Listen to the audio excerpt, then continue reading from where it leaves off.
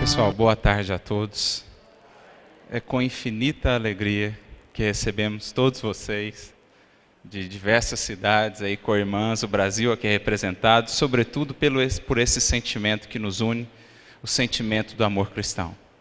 Vamos, portanto, direto à nossa prece para que a gente possa, de fato, iniciar esses momentos que vivenciaremos nessa tarde, que tenho certeza serão para cada um de nós momentos de muita luz, de muita paz, de muito aprendizado e principalmente de muito amor e fraternidade.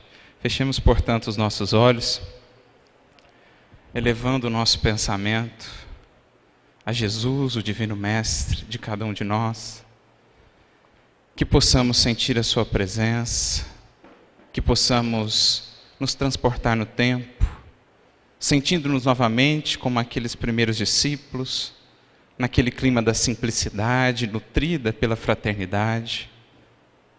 Esses são daqueles momentos em que nos faltam palavras e por isso concentramos todo o nosso sentimento mais sincero do nosso coração apenas num obrigado.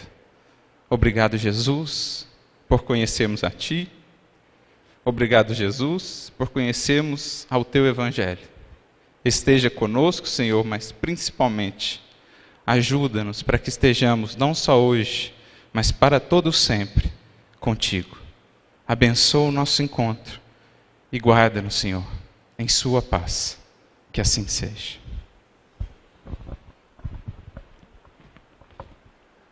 Nesse painel que nós vamos iniciar daqui a pouco, podem fazer perguntas da seguinte maneira. Ao lado, na lateral, vai ficar companheiros nossos para pegar cada pergunta. Que cada um dos que estão presentes receberam na inscrição uma pequena pasta com um talão dentro.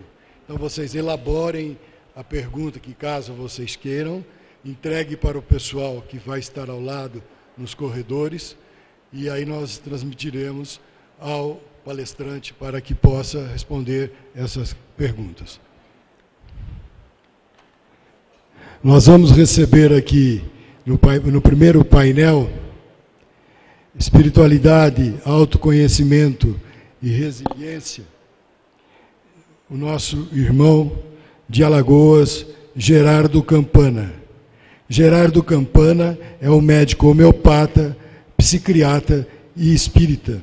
Há mais de 30 anos atuando na promoção do autoconhecimento como instrumento para a resolução dos conflitos. Irmão Gerardo.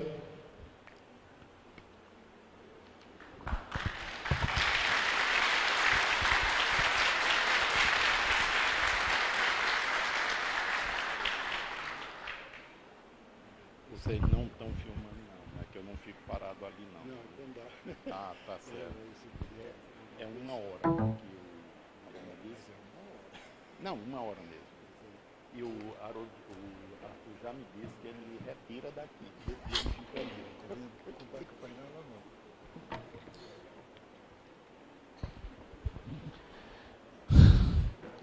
Gente, uma boa tarde. É um prazer e uma alegria estar com vocês hoje aqui. Vim lá de Maceió e é a minha primeira vez em São Carlos.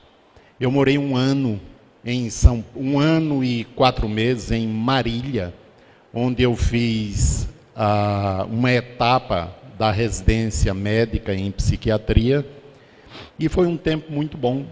Gostava muito de Marília e fiz muitos amigos lá. Assim como gosto de São Paulo e eu já gostei de São Carlos, que me parece ser uma cidade bastante aprazível, tanto que o Alex resolveu ficar aqui, né? O Alex lá de Maceió. E adoro participar desses eventos, porque a gente conhece novas pessoas, a gente aprende, e quando a gente fala, o primeiro que escuta é a gente mesmo, né? Então, se quem fala não toma vergonha na cara para fazer pelo menos uma parte daquilo que está dizendo, não adianta, é melhor deixar de lado, né? Porque reverbera sobre a gente. E esse tema é um tema que eu gosto muito, tanto quanto o segundo, porque eu sou psiquiatra, psiquiatra trabalha muito com diagnóstico e medicamento, mas fiz formação em psicoterapia, em algumas escolas de psicoterapia, começando pela psicanálise e terminei na transpessoal, e é a área que eu me dedico mais há aproximadamente uns 35 anos. Né?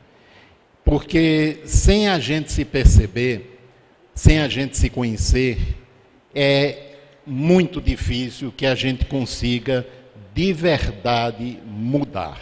Né? E o tema, eu gostaria do negocinho... muito obrigado, Alex. Para lá e para cá, né?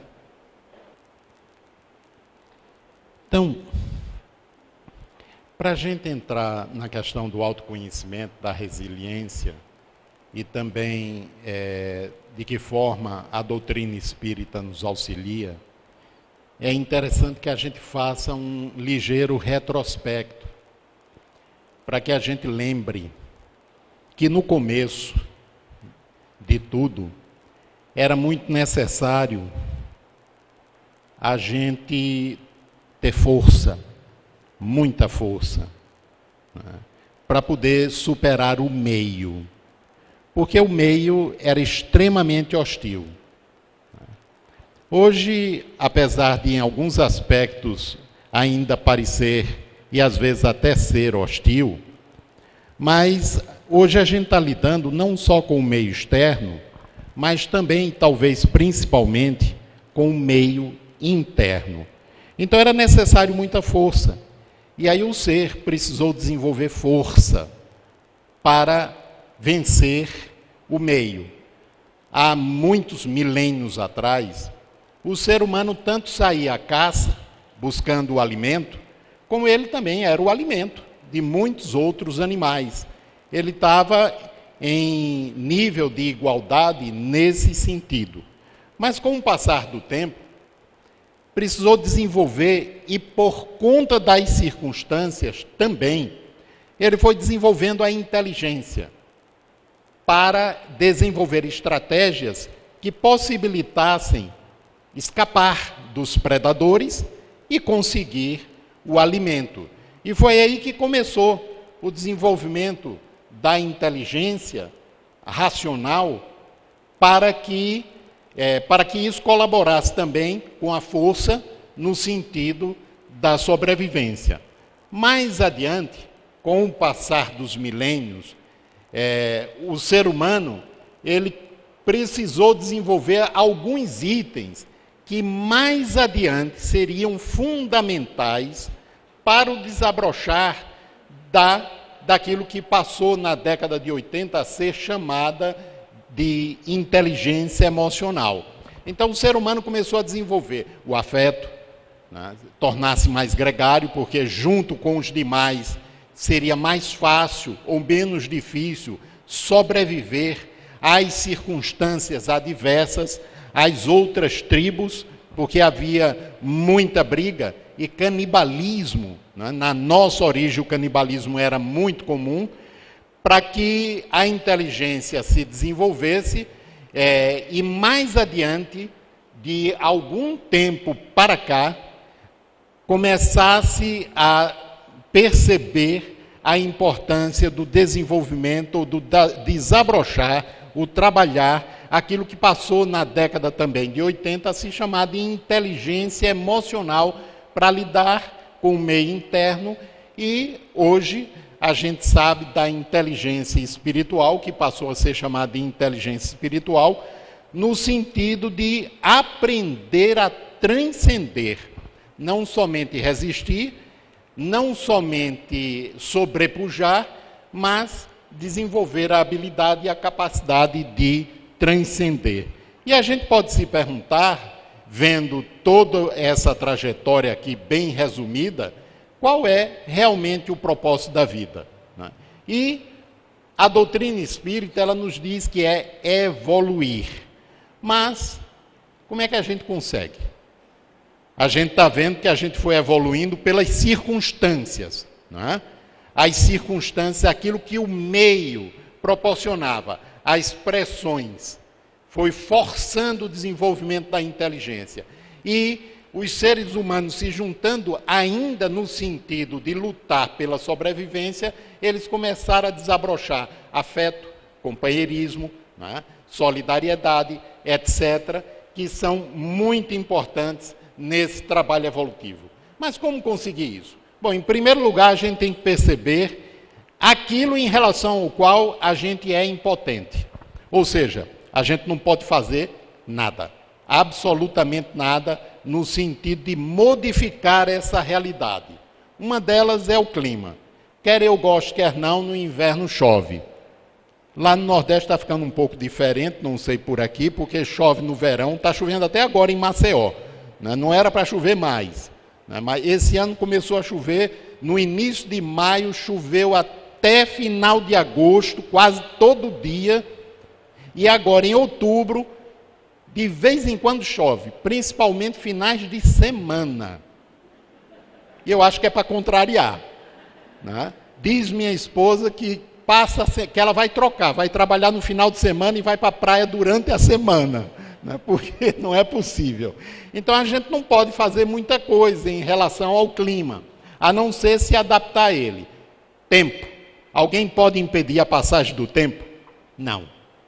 O tempo passa, né? Envelhecimento. Alguém pode deixar de envelhecer? Pode, gente, morrendo antes. Né? Mas eu sou felicíssimo por estar envelhecendo. E quero envelhecer mais. E do ponto de vista genético, a minha família tem uma amplitude. Meu avô morreu com 97. E isso porque quebrou o fêmur. Se não tivesse quebrado, talvez... Ou seja, é todo mundo longevo na minha família. Então a gente não pode fazer nada em relação a isso, a não ser aceitar a realidade e conviver bem com ela.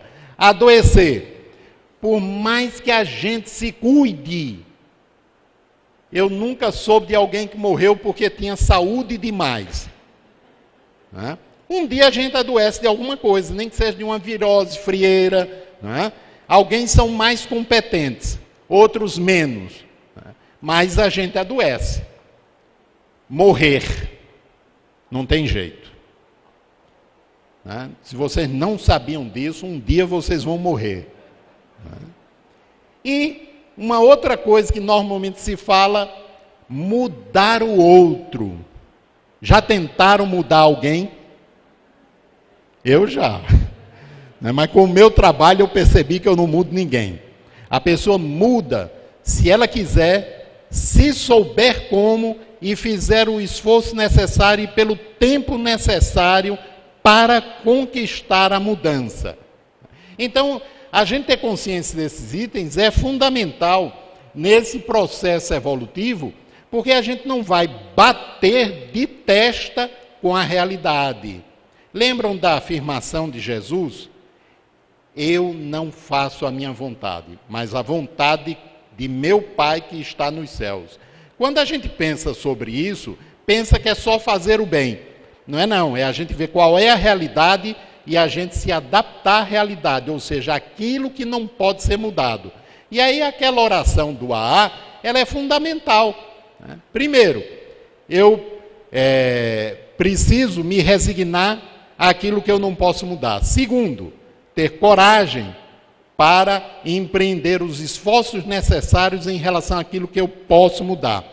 E sabedoria e discernimento, sabedoria para discernir uma coisa da outra. Senão eu vou tentar mudar o que eu não posso e vou me submeter àquilo que é possível de ser modificado. Mas, se eu não aceito essa realidade, isso gera sofrimento. E aí é importante ver que a gente tem, normalmente, vamos classificar 2 tipos de sofrimentos. O primeiro sofrimento é aquele que a vida dispõe. Dentro desse aí, estão aqueles que a gente, pelo nosso mapa evolutivo, kármico, a gente se programou para vivenciá-los, né? Como necessidade de correção, de reparação, etc. Não são mapas fatalistas, porque se a gente for modificando o suficiente, isso pode ser modificado também. Né? Hoje a gente sabe que a genética, Os genes, eles são extremamente plásticos e eles sofrem a influência do que a gente come, de como a gente pensa, de como a gente se relaciona com a gente e com a vida. Então, na medida em que a gente vai se aperfeiçoando, a gente modifica isso. E tem aquele que é próprio do nível evolutivo, do tipo de mundo onde a gente está reencarnado. Então é só ver o tipo de mundo onde a gente vive, planeta de expiações e provas, então nós estamos sujeitos às circunstâncias desse tipo de mundo. E o outro é aquele sofrimento que advém do nosso próprio modo de pensar, ser e funcionar. Né? Lá fora, aqui não, que é todo mundo tranquilo, mas lá fora tem muita gente ansiosa, não tem? Muita gente que já amanhece tensa. Né? Por que é que há tanta tensão, há tanta ansiedade? Normalmente não se fala que a ansiedade e a tensão é um subproduto do medo. Né? E a pessoa muito ansiosa geralmente é pessoa muito controladora, que tem um modelo na cabeça de como deve ser a vida, como as pessoas devem ser, né? E como as coisas devem acontecer. E aí ela vive tentando enquadrar a vida, o futuro, naquele modelo que está na cabeça dela. Como uma parte dela sabe que isso não é possível, e esse saber nem sempre é tão consciente assim, como esse processo, esses mecanismos também não são tão conscientes assim, gera um medo tão intenso que ele não é sentido como medo, é sentido como tensão, como ansiedade. E aí a ansiedade, na verdade, ela é um alarme do sistema dizendo, olha, cara, tu não estás funcionando legal, muda. Mas aí o que é que a gente faz? Tenta se livrar da ansiedade, não é? Quando a gente tenta se livrar da ansiedade, faz igual ao samurai. Quanto mais a gente tenta se livrar, mais ela multiplica. Então a Joana de Ângeles, no seu livro Plenitude, ela diz que o sofrimento pode e deve ser considerado uma doença da alma. Tem sofrimento que não é doença da alma, é consequência também do processo de transição, mas a gente não vai entrar nesse aí. E tem sofrimentos que estão dentro do nível evolutivo, que são consequências da interação do ser com as contingências da vida. Mas vamos lá, dentro do que ela está falando. Porque, a grosso modo, é isso daí. Pode e deve ser considerado uma doença da alma, que ainda se atém às sensações e opta pelas direções e ações que produzem desequilíbrio.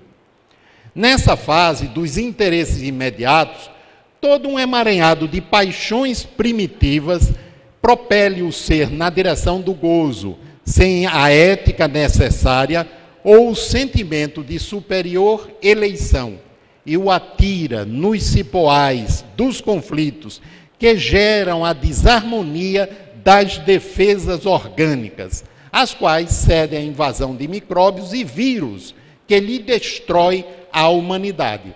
Do ponto de vista científico, as pesquisas mostram que quanto mais a gente cultiva espiritualidade, o amor, a amizade, mais isso favorece o sistema imunológico. Então, se não for pelo desejo de progredir, pelo menos para ter saúde, a gente precisa cultivar isso, não é? Mas o sofrimento, ele não vai só para o lado orgânico, ele pode ir também para o lado emocional. Da mesma forma, os equipamentos mentais hipersensíveis desajustam-se, abrindo campo à instalação das alienações e das obsessões cruéis.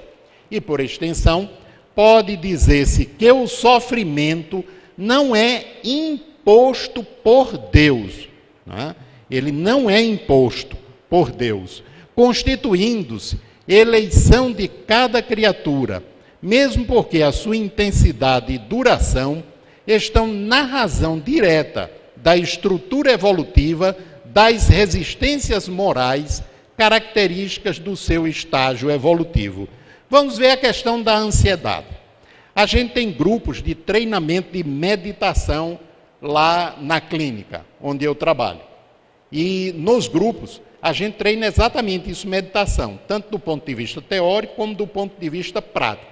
Tem a parte de discussão e tem o treinamento, os exercícios. E de vez em quando, atividades de final de semana só para treinar meditação. Por que é que a gente faz isso? Há muito tempo que a Organização Mundial de Saúde, ela vem dizendo que a meditação é um dos recursos mais eficientes para combater o estresse. E é verdade. Com a meditação, o que é que você está trazendo? Treinando a mente para ela ficar no presente. Treinando a mente para desenvolver o eu capaz de se observar. Então, se você treina a meditação, você vai trazendo a mente para o aqui e agora. Com isso, você deixa de projetar a mente no futuro. No futuro.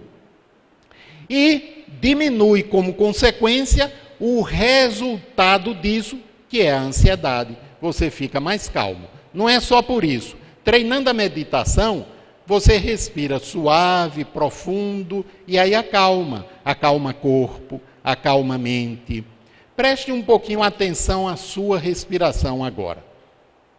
Alguns segundos, preste atenção. E observe o que é que você movimenta mais. Se é tórax ou abdômen. Se alguém me disser que movimenta a perna, está meio distorcido, né? Mas porque ou é tórax ou é abdômen. Preste atenção. Abdômen, quantos aqui? Tórax, quantos? Isso. Uma boa parte, tórax. A respiração torácica, ela é uma respiração inadequada. Ela está ligada à tensão, ansiedade, pressa, exigência, controle. Não aceitação. Né? Respiração abdominal está ligada à aceitação, acolhimento, serenidade, suavidade, conexão com níveis superiores. Então, só a gente treinando respiração, só fazendo isso, a gente já está se predispondo a se colocar em conexão com instâncias mais profundas do nosso ser, que já são desenvolvidas, e com a essência do nosso ser, o núcleo do nosso ser, que é Deus dentro de nós. Onde é que Jesus diz que está o reino de Deus? Dentro de nós, dentro de vós, não é isso? Então o reino de Deus está dentro de nós, ou seja, essa é a essência da qual nós estamos desabrochando através das experiências, através dos evos. Então, isso está em Joana de Ângeles. O sofrimento, né, ele também pode, se a sensibilidade emocional que filtra a dor tiver reduzida, a resposta pode ser de violência, né, de irritabilidade. Eu atendo muita gente no consultório dizendo: eu estou muito irritado, e eu quero um remédio que trate isso. Né? Se a pessoa chega com essa fala, eu prescrevo o remédio, porque ela não vai conseguir entender que a irritabilidade é uma consequência, mas aí depois eu vou conversando com ela, que ela tem que perceber, ela precisa perceber que a irritabilidade é consequência de um modo de funcionamento, senão ela não vai conseguir mudar. Então, nas faixas mais primitivas da evolução, os fenômenos dor, desgaste, envelhecimento e morte, porque quase destituídos os seres de raciocínio e emotividade, que ainda se lhes encontram em germe, seguem uma linha direcional automatista, na qual as exceções atestam o trânsito da essência psíquica para estágios mais elevados. Isso também Joana de Ângeles. Mas o que é que nos diz o Evangelho segundo o Espiritismo de Kardec? Disse eu que no início o homem não tem senão instintos, e aquele, pois, em quem os instintos dominam, está mais próximo do ponto de partida do que do objetivo. Isso foi Lázaro, em 1862, e está no capítulo 11º, Amar ao próximo como a si mesmo. Então está muito claro aí, não é? Quanto mais próximo do início, mais vinculados estamos ao instinto. E aí vamos ver o seguinte: como é que a nossa sociedade está organizada? O tema principal da sociedade. Quando a gente encontra algum amigo que pergunta como é que você vai, como é que a gente responde? Lutando, batalhando. Não é assim? Eu ainda falo de vez em quando, e quando eu falo tem uma partezinha que me puxa a orelha e diz: espera aí um pouquinho, pare a batalha. Não é mais necessário. Mas a gente está assim ainda. Como é que a gente educa os filhos? Para que ele seja um profissional muito bom, porque senão ele vai se dar mal na vida. O pensamento básico é esse aí, não é? O pensamento básico ainda não é ele ser um homem de bem, em qualquer profissão que ele esteja. Mas ainda funciona assim, que profissão boa é aquela que dá muito dinheiro. Eu tenho um amigo que o filho diz: papai, eu quero ser artista. Artista, músico, pintor, né? Entraram em desespero. E aí, como é que você vai sobreviver? E principalmente aqui em Maceió, que artista passa fome. Né? Mas não teve jeito. O rapaz, hoje, né, ele está se encaminhando, não está mais em Maceió, porque realmente o mercado lá seria difícil. Ele está no sul do país, está pelo lado de cá, né? Morando por aqui, pelo sul. Mas os pais entraram em desespero. Teve uma senhora que me levou o filho, disse: meu filho não quer mais estudar, mas ele era um pianista excelente. E ele dizia: eu não me vejo estudando, indo para uma faculdade. E ele não precisava estudar como os outros estudam música, porque com 4 anos de idade aquilo desabrochou de dentro dele. E a partir daí ele começou a tocar. Ele escutava uma música e ele conseguia reproduzi-la. Hoje ele compõe, é um musicista. Eu disse: deixe de lado o estudo, reforce o que ele gosta. E foi o que ela fez. Hoje ele faz concertos pelo Brasil. Né? Então, se a gente não perceber isso, a gente vai continuar mobilizado por uma carga que é antiga e primitiva na gente, e racionalmente a gente sabendo que a direção agora não é mais aquela mesma. E aí vem Kardec e ele diz: por que não efetua a civilização imediatamente todo o bem que poderia produzir? Livro dos Espíritos, na pergunta 792. E aí os Espíritos responderam: porque os homens ainda não estão aptos nem dispostos a alcançá-lo. Então tem uma maturação a ser seguida, não tem? Então, por mais que a gente olhe para o mundo, e a gente precisa compreender que o mundo também é um reflexo da gente, e a gente se desagrade do que está vendo, a gente precisa compreender que a gente está vivendo aquilo que nos é possível. Mas a gente pode ir adiante, fazendo aquilo que a gente viu e foi mostrado através dos vídeos logo no começo.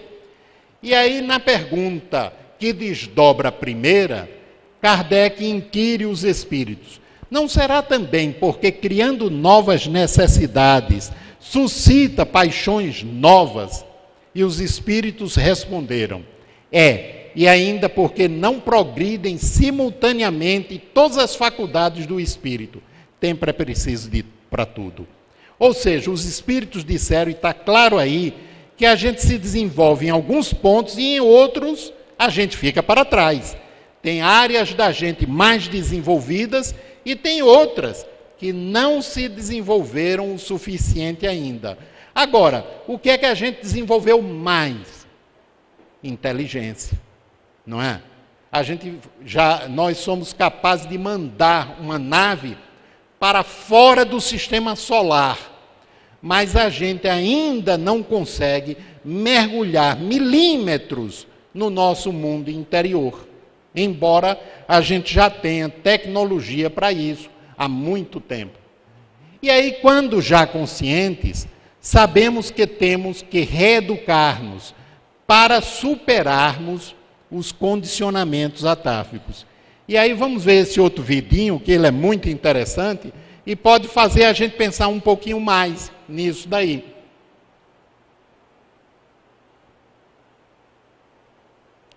Ele demora mesmo um pouquinho para começar.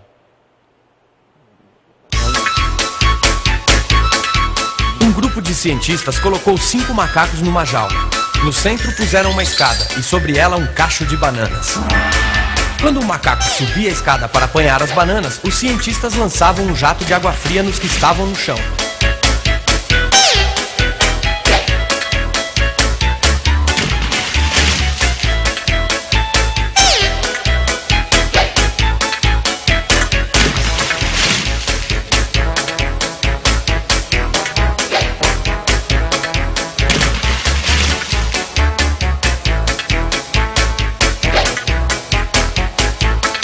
Depois de um certo tempo, quando o macaco ia subir a escada, os outros enchiam-no de pancadas.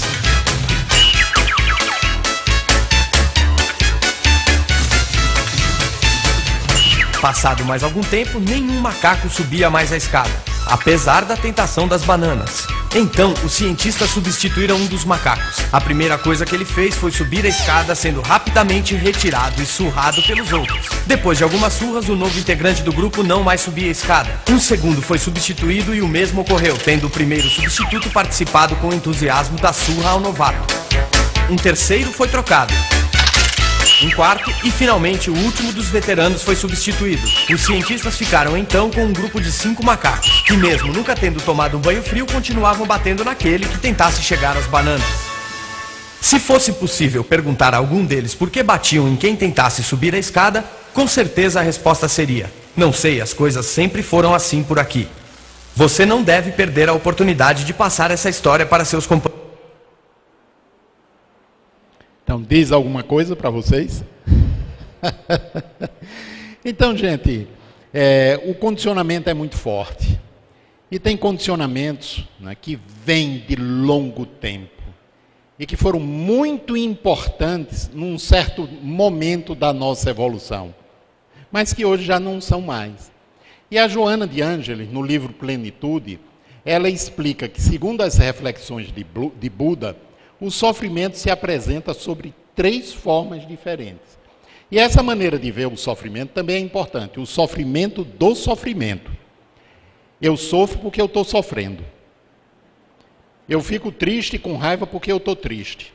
Eu fico aborrecido e irritado porque eu estou irritado. Eu fico zangado comigo mesmo porque eu reajo dessa ou daquela maneira que eu já sei que é inadequado. Lembram do vídeo do samurai? Quanto mais eu fico aborrecido comigo, pelas minhas reações, mais a guerra interna se intensifica. E isso, gente, é uma estratégia de uma parte do ego para não mudar. Para que eu possa mudar, eu tenho que aprender a parar a guerra, a fazer silêncio na mente, serenar, através da prece, da meditação, da contemplação, dos momentos de silêncio comigo. Porque na confusão do nosso pensamento, a gente não consegue se conectar com o reino de Deus. A gente ora, mas é no sentido de Deus livrar a gente do que a gente está sentindo. Mas o que a gente está sentindo é gerado pelo modo da gente funcionar. Aí alguém pode dizer: mas quando eu estou sofrendo porque alguém está fazendo isso ou aquilo, a minha reação ao comportamento do outro é minha. E aí é algo que eu tenho que cuidar. O comportamento do outro diz respeito ao outro. Se alguém muito próximo comigo, de mim, eu vou ter que aprender a desenvolver talvez aceitação, talvez uma outra forma de lidar com a pessoa. Mas vocês sabem o que é que normalmente ocorre nessas interações? Eu estou agindo de uma determinada forma há muito tempo, aquela forma não está produzindo bons resultados, mas eu insisto naquela mesma maneira. Disse alguém, alguns dizem que foi Einstein, mas eu não sei se foi, que loucura, e foi a melhor definição de loucura que eu já vi. Loucura é quando você faz a mesma coisa sempre do mesmo jeito, esperando um resultado diferente. Não vai conseguir. Então, se eu estou agindo de uma forma, pensando de uma forma, e o resultado não é bom, por que eu vou insistir? Eu tenho que parar e tenho que repensar. Então, o sofrimento do sofrimento.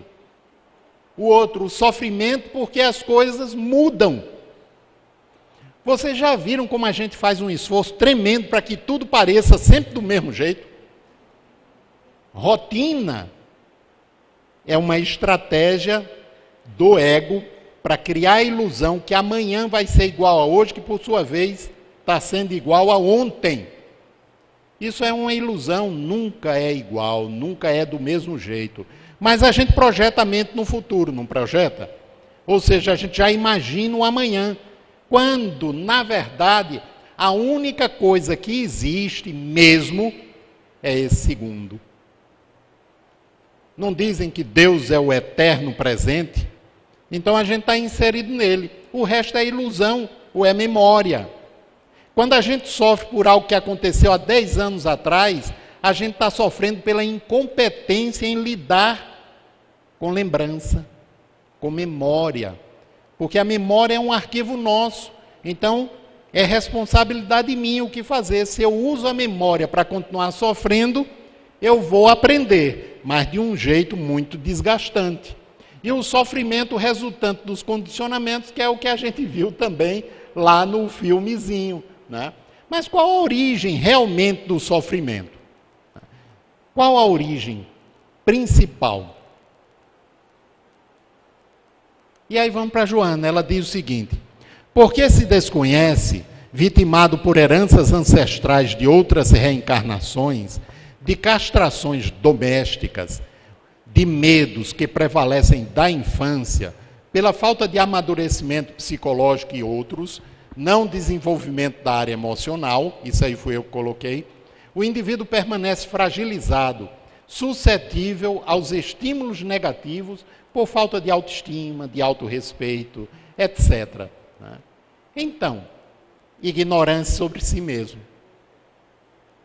Então, a origem básica do sofrimento é o desconhecimento sobre nós mesmos, sobre a nossa realidade mais profunda e sobre a realidade da vida também.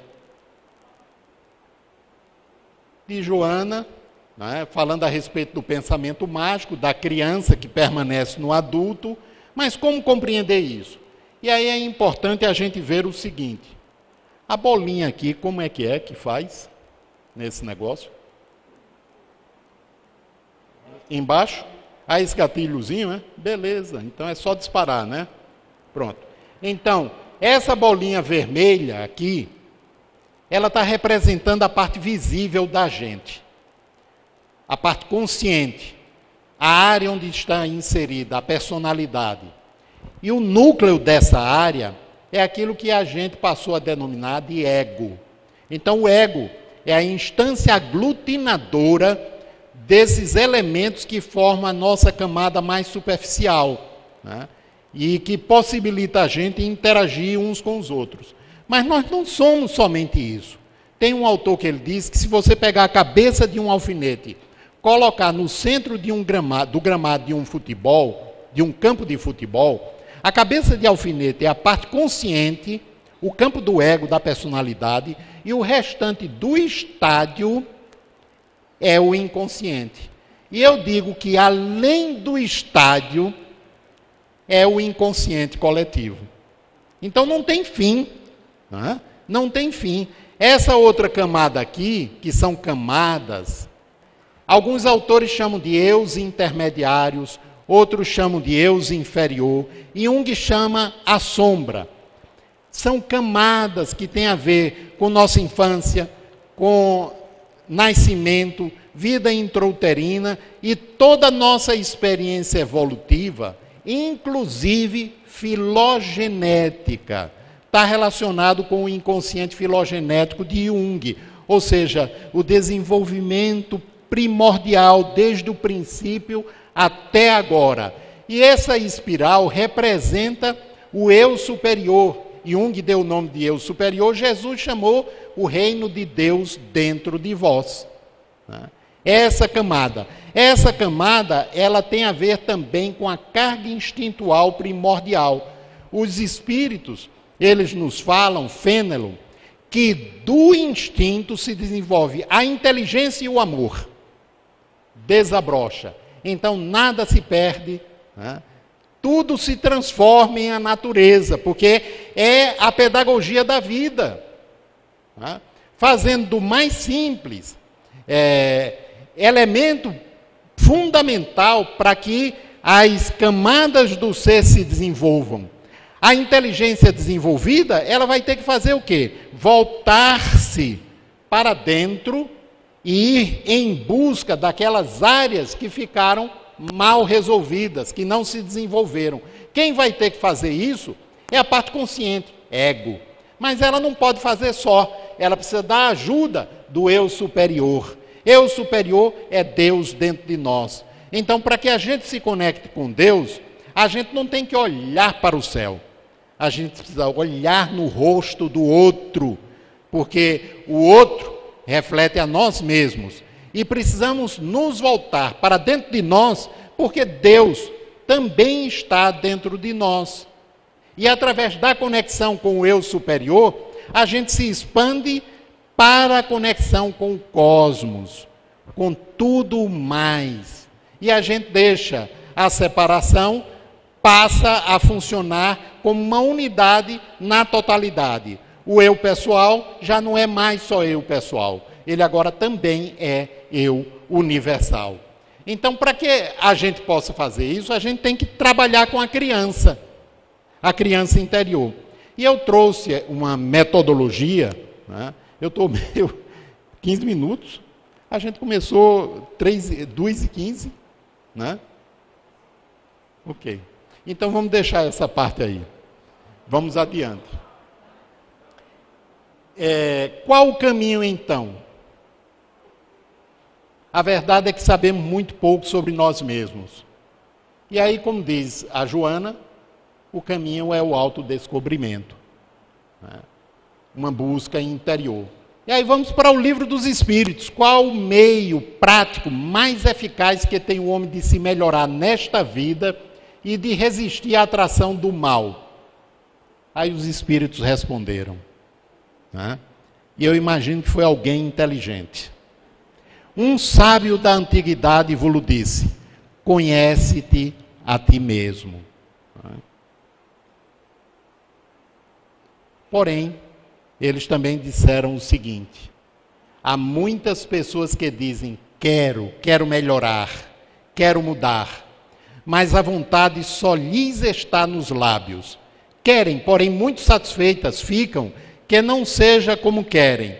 Quando o homem crê que não pode vencer suas paixões, é que seu espírito se compraz nelas. É difícil a gente aceitar isso, mas é verdade. O processo de mudança não é difícil só porque é difícil, mas é porque a gente está habituado a funcionar do jeito que a gente funciona. E dentro do jeito que a gente funciona, existem mecanismos defensivos em relação a determinados sofrimentos que a gente teria que enfrentar caso a gente iniciasse a fazer esse caminho em relação ao mundo interior. Então, o caminho é o treinamento do eu capaz de se observar, o eu auto-observador, para trabalhar o inconsciente.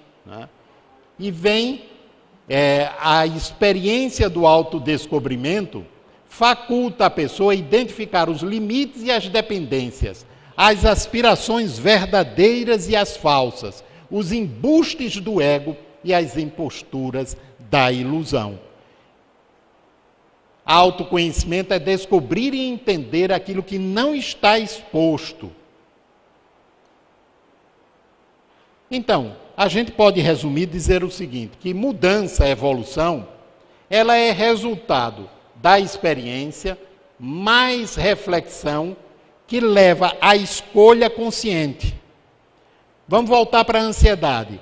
Eu estou habituado a pensar no futuro. Pode ser passado também, Porque o passado, gente muito presa ao passado, geralmente desencadeia um tipo de sensação que é diferente da ansiedade, que é denominada de angústia, que tem a ver com insatisfação e núcleos profundos de raiva, normalmente. Então, se pela experiência mais a reflexão, eu me torno capaz de escolher, toda vez que eu estiver pensando o futuro, respirar profundo e trazer a mente para o presente. Todas as vezes. Quanto tempo vai durar? O pessoal pergunta lá nos grupos de treinamento. Eu disse, se você fizer isso todas as vezes, em menos de 40 anos você vai estar sereno. Porque o pessoal quer para amanhã. Imagine, você está funcionando desse jeito há 30, 40 anos, fora o tempo anterior, de outras vidas. E você quer, em 4 dias, uma semana, já está com a mente centrada no presente, você não vai conseguir. Né? Então é treino, gente. Quando o pessoal vai lá para a psicoterapia, eu não falo em psicoterapia, eu falo em treinamento. Porque é treino mesmo. Né? E aí, a escolha consciente tem que levar a uma nova atitude. Se a escolha, a percepção, a reflexão, né? Eu ser capaz agora de escolher diferente, não gerar uma nova atitude, eu fico pior do que antes.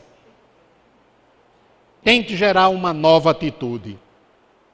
E aí vamos para aquilo que Jesus falou, lá em João capítulo 6, versículos 51 a 52, para a gente poder refletir a respeito da importância de ir além do conhecimento racional, interagir com o emocional. Ele diz, eu sou o pão vivo que desci do céu.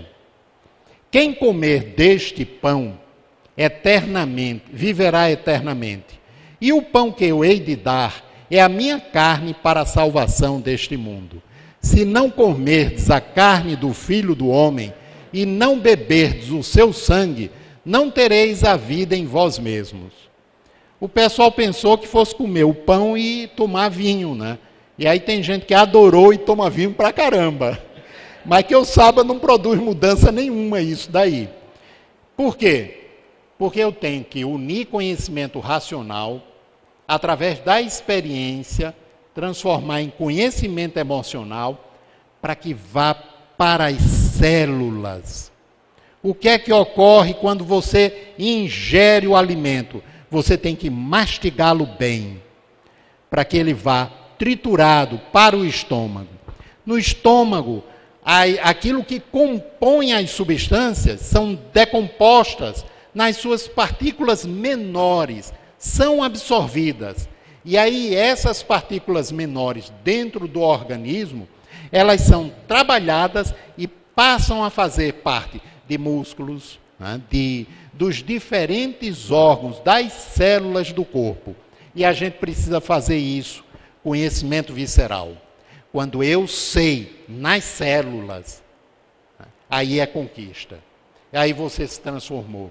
E eu posso dizer a vocês que a gente, nesse trabalho interior, a gente integrando aquilo que os espíritos trazem, com essa proposta da gente se perceber mais profundamente, a gente consegue transitar de um estado que é de perturbado inconsciente para outro muito melhor, que é de perturbado consciente.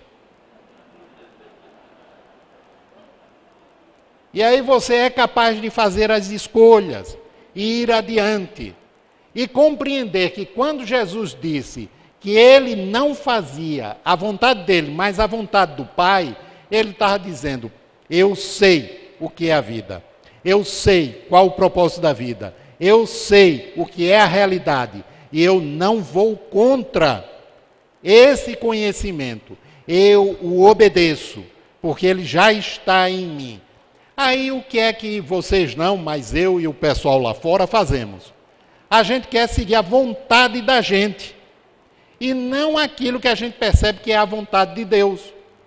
A gente às vezes pensa que a vontade de Deus é a gente sair em campo e somente alimentar os famintos. Não é.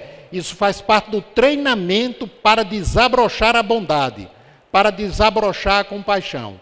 Seguir a vontade de Deus é eu perceber com clareza o que é a realidade e vivê-la com acolhimento, com disciplina, com determinação. E aí eu vou realmente saber o que é a vontade de Deus, né? E perceber que mecanismos simples indicam que eu estou indo na direção contrária da vontade de Deus. Então, voltando ao que eu estava falando antes, ansiedade, angústia, inquietação, depressão, irritabilidade, e muitas outras coisas, inclusive doença física, significa que eu preciso reavaliar algo dentro de mim. A gente não tem o tempo necessário para aprofundar isso daí, mas, gente, é por aí realmente. São alarmes. A doença verdadeira, a medicina não tem nem ideia do que seja. Porque aquilo que a gente trata na medicina, né, é consequência, é alarme. Né? No dia que a gente perceber qual é a doença verdadeira e for nesse caminho, a gente vai ficar curado. Mesmo que a gente adoeça, a gente vai estar bem. Né? Teve um amigo meu, homeopata, que ele começou a trabalhar, tanto do ponto de vista medicamentoso, como conversando também com uma cliente dele, que estava com câncer, e com o medicamento homeopático, ela estava em estado terminal, ele conseguiu aliviar dor, ele conseguiu ajudá-la bastante. Né? E aí ele levou o caso para o congresso. E aí perguntaram para ele, né? E aí, como é que foi? Ela ficou boa? Ele disse, ela ficou. Ela morreu com saúde espiritual. Né? Ela morreu bem. Né?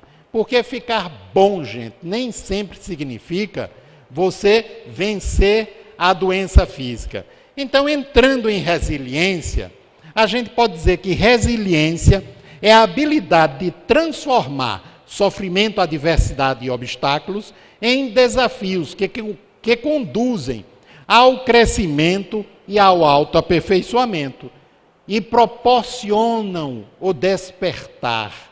Né?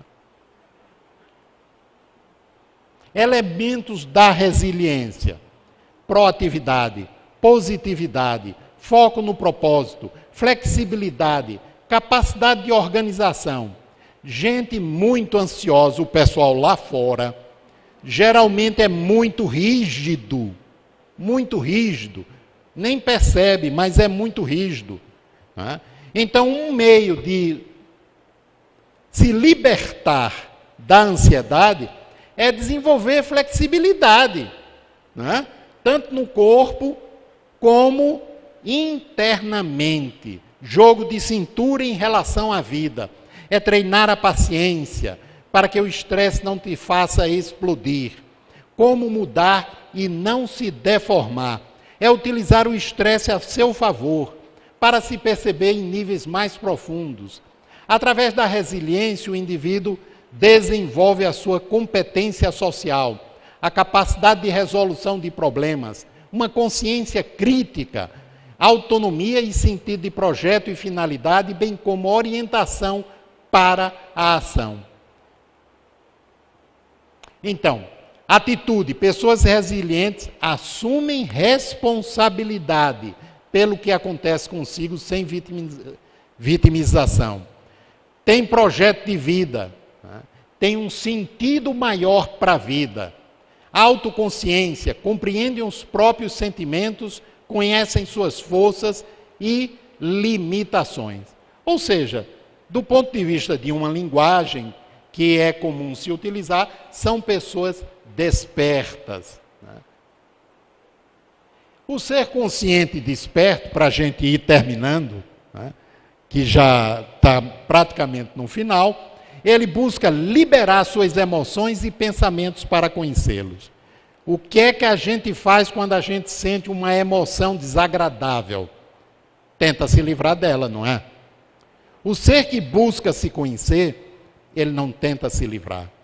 Não é que ele vai cultivá-la ou deixar que ela permaneça. Porque você, aprendendo certos recursos, Só para resumir isso, quando minha mãe faleceu, isso deve estar com uns 10 anos, né? Eu saí com o meu genro para ir à funerária e tinha uma dor no tórax. Doía, mas doía fisicamente. Aí eu comecei a fazer uns exercícios de respiração, uns recursos de visualização, a dor cessou. Deve ter ficado, talvez, se muito, uns 10% dela. Porque, gente, não é difícil a gente se livrar de uma dor, né? Depende das dores, né? Mas de algumas dores não é tão difícil, porque dor é resultado de concentração de energia. E essa energia tem a ver com o sentimento e com o pensamento. Você aprendendo a lidar com isso, você pode dissipar. E aí eu dissipei aquilo. Mas aí veio imediatamente uma vozinha dentro. É isso que você ensina? E aí não teve jeito. Voltou a dor. E aí eu me deixei sentir. A gente estava indo calados para a funerária. Eu me deixei sentir. Não dá para descrever. Foi coisa de segundos. E foi um bloco. Mas eu me vi. Primeiro, com uma pena enorme de mim. Eu tinha perdido um objeto de amor. Um objeto que me proporcionava prazer. Eu estou usando essa linguagem porque é uma linguagem, né, da psicanálise. Ou seja, eu perdi alguém que eu amava. E aí veio uma pena de mim, não da minha mãe, de mim. Em seguida, uma raiva, porque eu não ia ter mais a casa da minha mãe para ir, de vez em quando, no final de semana. Minha mãe não iria mais para a minha casa. E eu, viajando, não poderia levá-la mais. Veio uma raiva nítida. E essa raiva era dela, que foi embora, de Deus, da vida, né, e de mim, porque eu tinha permitido isso aí. Isso foi, gente, segundos, volto a dizer. Mas aí ficou claro todo o trabalho que tinha que ser feito, de realocar essa energia. Se eu não tivesse me permitido sentir isso, provavelmente aquela dor, do jeito como ela estava, teria prosseguido no dia seguinte, uma semana, talvez por uns 15 dias. Mas aí ela foi cessando. E o que entrou a partir daí foi um trabalho interior, consciente, de realocação da energia. Ou, se vocês quiserem o termo do Freud, da libido, da energia psíquica. E no dia seguinte, eu já estava sem aquela dor, um sentimento muito pacífico, ainda sentindo muito a morte da minha mãe, mas não era mais do mesmo jeito. Então, eu me permiti sentir, né? E óbvio que isso é resultado de um treinamento, né? De muito tempo, um treinamento, porque senão você vai só entrar em agonia e não vai saber o que fazer com aquela sensação.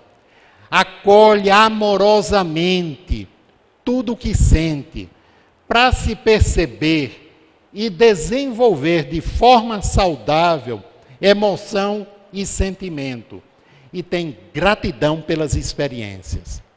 Gratidão, gente, cura a alma e pode curar o corpo também. Busca conexão com Deus através do seu eu superior, da sua essência. Coloca-se disponível para o aprendizado. Somos aprendizes, não somos outra coisa.